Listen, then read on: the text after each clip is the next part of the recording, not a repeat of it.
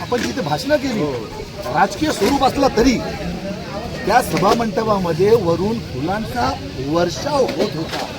कारण ज्या लोकांनी देवाकडे यातना केली होती, ज्या लोकांनी देवाला सांगितलं होतं, प्रार्थना केली होती का देव माझ्या पोटात दुखतो रे, माझ्याकडे पैसे नाहीत, मला कमी दिसतो रे, माझ्याकडे पैसे नाहीत, माझ्या छातीत दुखतो रे, माझ्याकडे पैसे नाहीत, त्या लोकांनी ज्या मागणा इथे पूर्ण होत होता म्हणून देव बोलत होता का ईश्वर तुमचा भला कराल. हे जे स्थान होता ना हा चांगला नव्हता.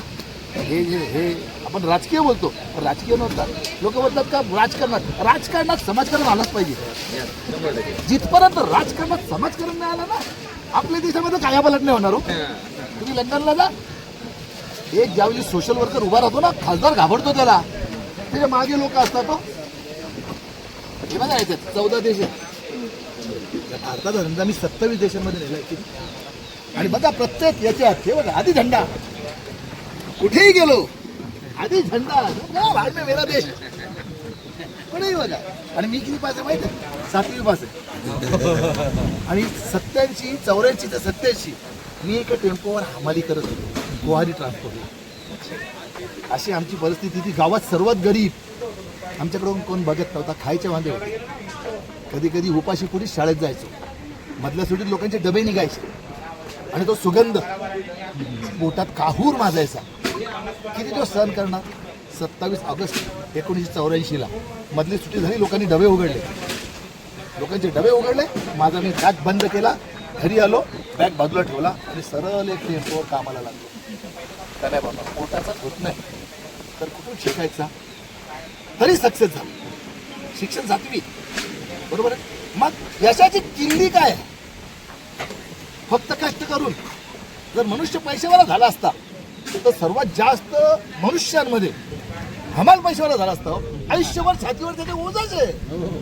आणि प्राण्यांमध्ये गाढव झाला असता, सर्वात सुखी. फक्त कष्ट करून मनुष्य प्रगती करू शकत नाही, सक्सेस होऊ शकत नाही. फक्त शिक्षण पण घेऊन माणूस पुढे जाऊ शकत नाही. बरोबर आहे. मी 7वी पास आहे. बेहुनर बिक रहे जरो जोहर में साकिब, दम की दौलत फकत आज के फनकार के पास, आंखों वाला ठोकर खाए अंधा सबको राह दिखाए, समझदार को समझ पर अनपढ़ अपनी कथा सुनाए. मी तर अनपढ़ आहे. याची गुरु किल्ली आहे आशीर्वाद. दिल से जो बात निकलती असतात रखती, तोंडाने बोलायची गरज नाही. आत्मा पवित्र आहे, परमात्माकडे जाणार है. शरीर मट्टी, आज न कल उसको एक तो अग्नि में भस्म होना, ये जमीन में. बरोबर आहे. मगर आत्मा को परमात्मा के पास जाना है. तर ज्यावेळी माणूस लांबून पण बोलतो ना, देव तुझा भला करेल, ऐकला रे त्यांनी, काही करत नाही तोंडाने बोलायची. पण तुमची कृती अशी पाहिजे तर तुम्हाला दिवसात ना 1-2 लोक तरी बोलतील तुझा भला करो रे, तुझा भला करो रे. अरे कोणाचा एखाद्याचा तरी देवाने ऐकला का भला झाला. तर माझा भला त्याच्यात नाही झालाय. एखाद्या अंदानी मला सांगितला तुझा देव भला.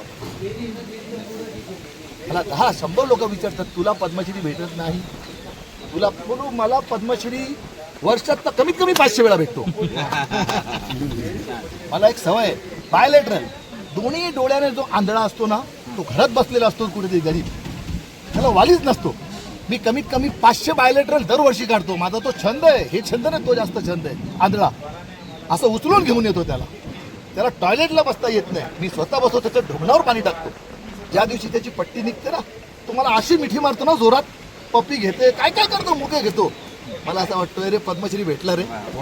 लोकांना वर्षातनं 1 वेळा पद्मश्री भेटतो, जीवनातनं 1 वेळा भेटतो. मला वर्षातनं 500 वेळा पद्मश्री भेटत राहतो.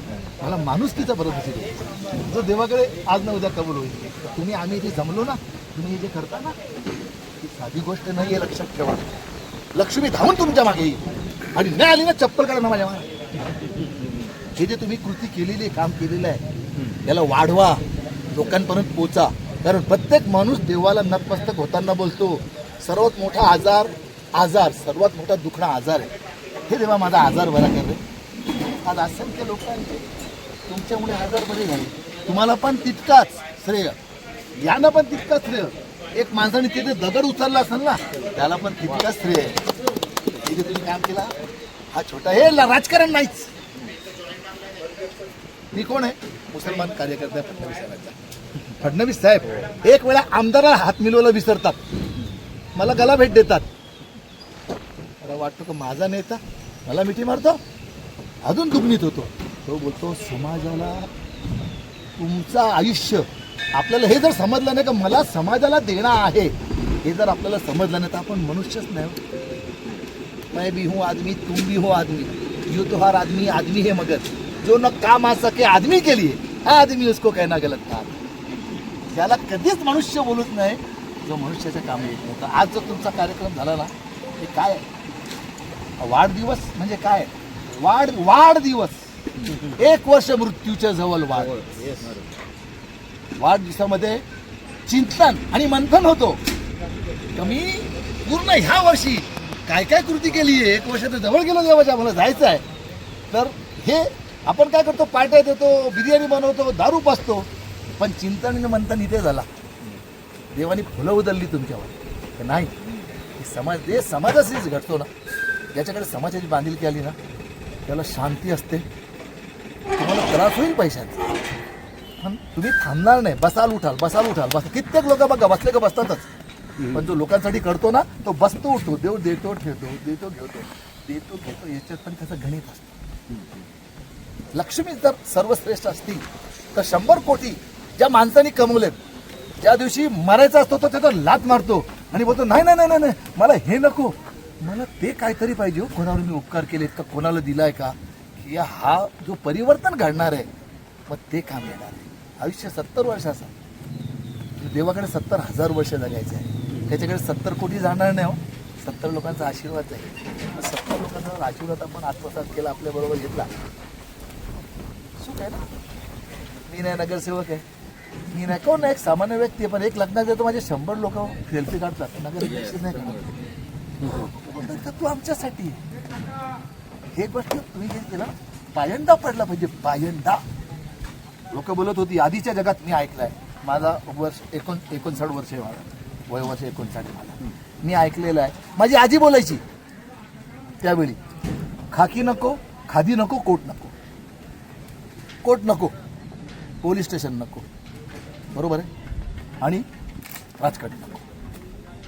आजच्या जगात ना तुम्हाला खादी चालल, खाकी चालल, कोट पण 10 वेळा चालल, 1 वेळा डॉक्टर नको, 1 वेळा त्याच्या हातात तुम्ही गेले का तुम्हाला त्यांनी गचकवलाच, तुमच्या लक्ष्मीला त्यांनी गचकवला.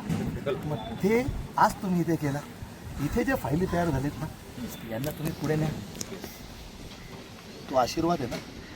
अरे तुमची पिढ्यानपिढी पुढे जाते, एक आशीर्वाद आहे ना, तो तुमची पिढ्यानपुढे पुढे नाही, तो कुठे थांबत नाही, किंमत नसते. तुम्ही पंढरीला गेलेत ना, विठोबाची किती किंमत आहे पंढरीकरांमध्ये, आहे किंमत. बाजूला बसले तर जात नाही, पण बदलापूरचा माणूस वेडा होतो, कधी दर्शन घेतो, बरोबर आहे. तो जो जिथे असतो ना त्याची किंमत नसते. तुम्ही तुमच्या गावात काम कराल पण ती तुम्हाला तिथे किंमत भेटणार नाही, पण ज्याने किंमत द्यायची तो 100% किंमत देईल. चला भेटू आपण.